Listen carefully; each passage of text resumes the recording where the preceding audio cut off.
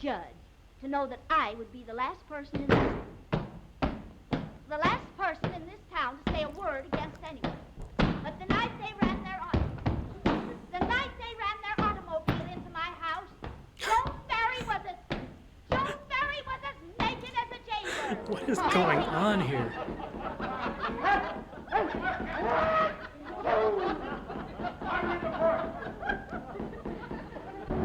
Returning.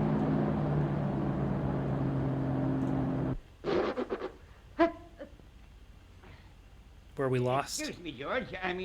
Your Honor. Where we lost for a while there, Ghosty. The bit rate went from red to green, so I think we may have Must be my hay fever. come back. Well, it seems to me you developed that hay fever mighty sudden, Henry Brady. I've been warding it off for years. Must be that goldenrod we used to pick, George. It took a long time for that goldenrod to penetrate that thick skull of yours. Whoa. Well, I notice it ain't got through yours yet. Mr. Brady, you're out of order. Sit down. Now, as I Oh, was wow. saying, Your Honor, That's a long time ago. I was, Proceed, Miss Frisbee. what is it?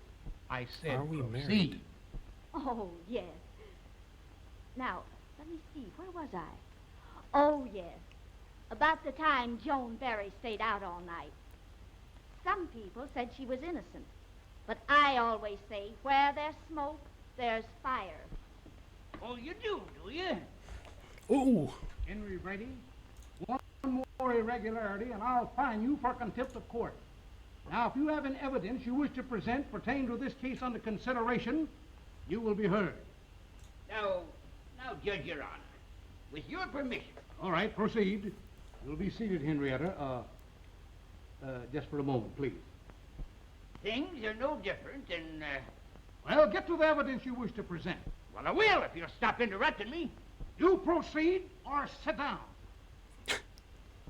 Well, first of all, will you enlighten me on one point? What's Joan accused of? Moral turpitude. Oh. Moral turpitude. Moral turpentine. Judge Herbert?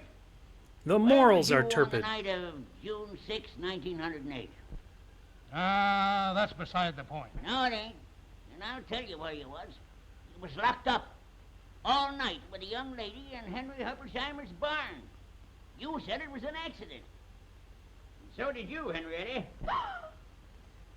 But for quite some time after, you referred to George here as, Sweetie Chick. Ooh. And furthermore, if I remember correctly, This guy's good. quite some scandal in our fair community. And the subject of it was moral turpitude. Oh, but and times have changed. just one No, more it thing. ain't. And you was lucky to talk yourself out of a shotgun Cosmo marriage. Coco, hello. There wasn't any harm in it, any more than there was in Joan here staying out all night. Henry Brady, I'll fine you for contempt of court. Well, go ahead and fine. But confound it, I'm going to have my say. You have insulted the dignity of this court, and I order you to leave this room. I ain't going. Bailiff, remove him.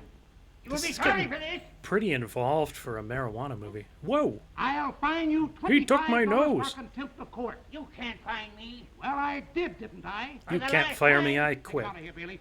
Take him out of here. Take your hands off it. Don't let it out. Get back for a minute. Let it, you big fat head. Fire, please. This bench will tolerate no more of this upheaval. Can't you go any faster than this? No, it's a Model T. Judge Herbert, may I say something? Why, of course, Mary. Something. Well, I hardly know how to start. My daughter has done things that I do not condone myself, and I won't attempt to explain them. Here, here. Only she can do that, and she won't, not even to me. Boo. But I know my little girl. And nothing convinces me that she did wrong. Give Linda Clayton the money. I want none of it. But find out what's going on in your fair city, as you call it. Of Gotham. Make my daughter Joan tell you where she was and what happened. because that Joan Barry, is stand up. legal. I am at a complete loss to understand your motive in offering no testimony to refute the accusations made against you. Or Your why we are in insistent court, or denial what is the not enough. charges are. And your statement that one Arthur Brighton can explain everything is of no moment to this court, as Arthur Brighton has made no appearance in your behalf. You have left me no choice. Linda Clayton, stand up. It is the order of this court that you, Joan Barry, be for... Judge Herbert! What is the meaning of this interruption? New evidence. I have here the first copy off the press of the newspaper for which I work as a reporter. It concerns everyone in this room. Marijuana, the assassin of youth, the scourge of our country, Ooh. is reaching out like a mad killer, mowing down the youth of our land, distorting their minds and leading them into lives of degradation and crime. Ladies and gentlemen of the jury, please listen to every word Right in he's your saying. own homes, and has turned innocent play into tragic orgies. Whoa. Why, at this very moment, your courtroom is filled with smokers of this terrible weed. How dare anyone accuse Joan Barry? She was helping me to uncover the source of this living death in your town. Why, Whoa. in this very case, it was used as the companion of certain people to ruin the characters, yes, even the lives of others, in order that they might satisfy their greed for money. Yes, First, Judge, one of the I litigants say. in this case, Linda Clayton. That's a lie. I suppose it's also a lie that you taught a sweet little girl to smoke that weed. Little Marjorie Berry, who at this very moment is lying at Cosmo death's door. Coco says living death sounds like a sixth train. That's why Joan helped me. And I have proof, Your Honor. I do, Your Honor. Up. Open that door. Now close it again. You'll feel a breeze. These men are proof. What? I guess they're ghosts. Day 7.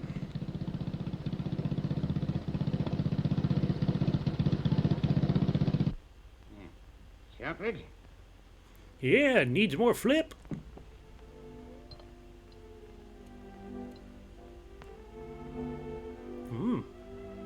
Ooh, tastes like indica. Hey, did you say 2 or 3 shots of vanilla in this here Parisian flip? I guess it don't make no difference. It's a statement about how yesterday's vices are today's soda fountain, and so on. Joan Barry and Art Brighton are going to be married. Oh, that's nice. Seems nice, right? You're telling me? Do you want to? Oh.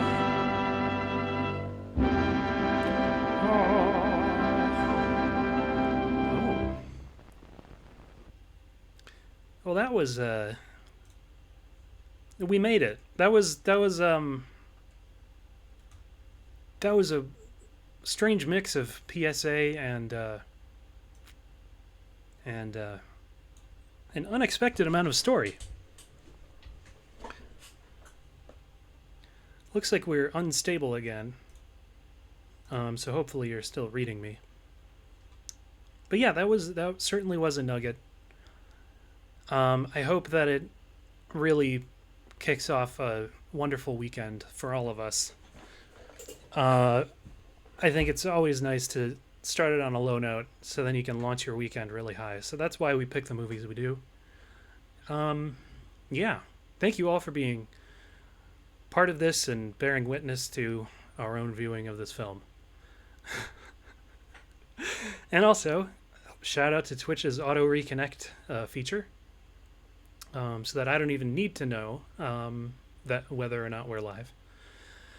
What did we learn? I mean, I think we learned a couple things. I think we learned that marijuana is the drug that, or it's the cigarette that gives you a pep and peps you up.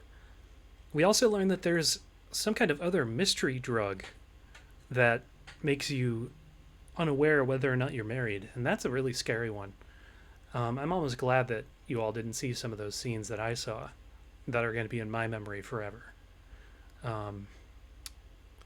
Yeah, you don't want to know about that one, so never watch it. Don't watch the movie again. I shielded you from it so that you won't have to know. Don't worry, though. Nothing really bad happened. the police broke in and stopped some uncomfortable insinuations. So, given all of that, I feel safe in saying it's been a nugget. Now let's go tug it. Good night, everybody.